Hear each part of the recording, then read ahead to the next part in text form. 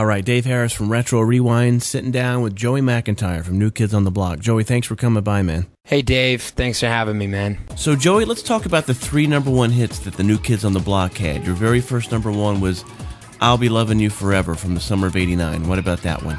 I'll Be Loving You was a great song. I think Jordan was really proud of that song, and it was certainly the glory days. It was right after Right Stuff, which was a big hit for us, but this was our first #1, and the videos that we had were all done by the same director, Doug Nichols, and I think he, was at a time where MTV was really, blowing up, and we just kind of rode the wave of music television, and the videos are very important, and that's what I think of about I'll Be Loving You Forever. It was a great song.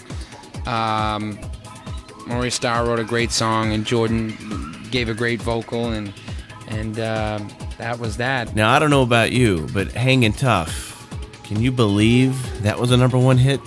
Hangin' Tough was killer.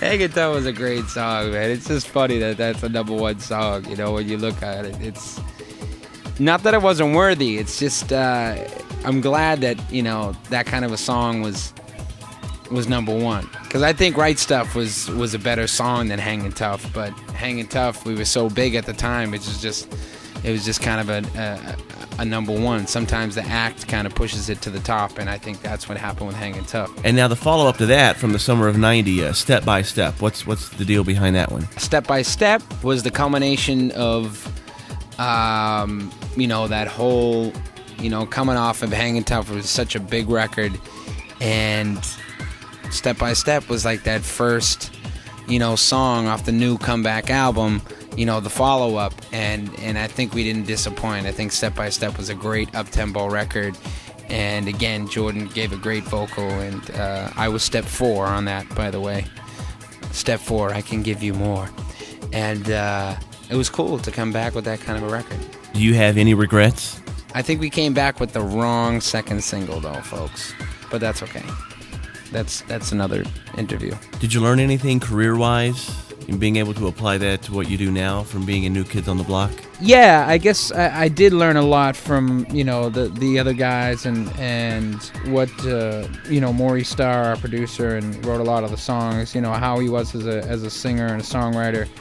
I learned a lot from that, and it took me a while to actually use those techniques, but production-wise, I'm not really I tend to stay with the singing and concentrate on being a performer and a singer and trying to tell the story as opposed to production side. I mean, I like to have my input, but I like to work with producers as opposed to being a producer.